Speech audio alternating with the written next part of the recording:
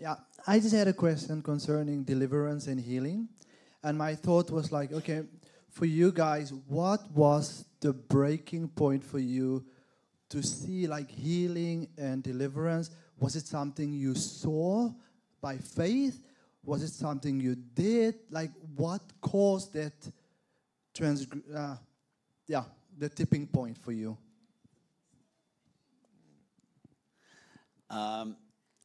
When it comes to faith, in terms of seeing healings and deliverances, it can be, it's similar to a muscle that you are training in the gym.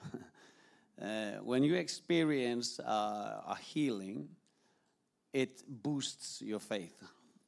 And as you go on and boost your faith in that sense, your faith will grow. But for me, what released me into a ministry where I saw many healings and deliverances, it all began with fasting and prayer. And I'm very convinced that if you want a supernatural life, you have to learn to practice fasting and prayer. Not as something legalistic, but Jesus said, not if you fast, but when you fast.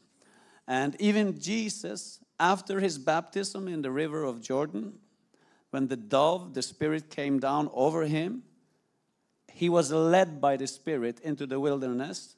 And what was he doing there? He was fasting for 40 days and 40 nights.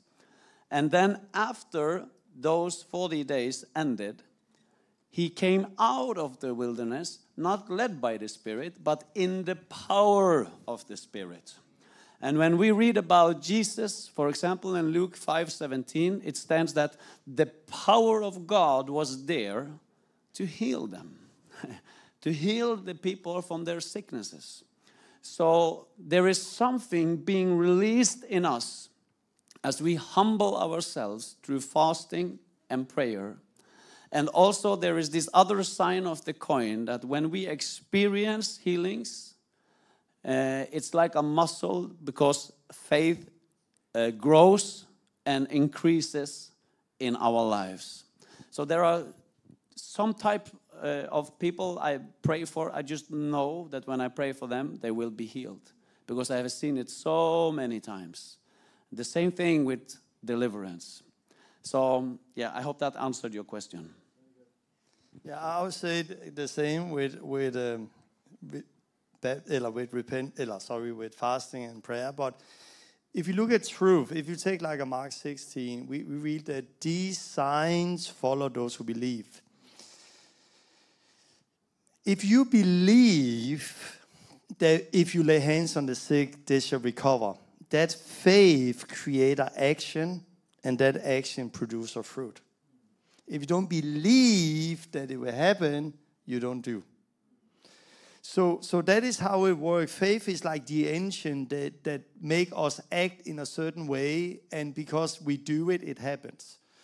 So if you don't believe that you have the authority to lay hands on the sick, they shall recover, or speak to those demons, they'll come out, that unbelief will do that you don't act, and because you don't act, you don't see. So we start with understanding what we are called to, and that leads to action, we start to do it. Then we experience that wall of unbelief.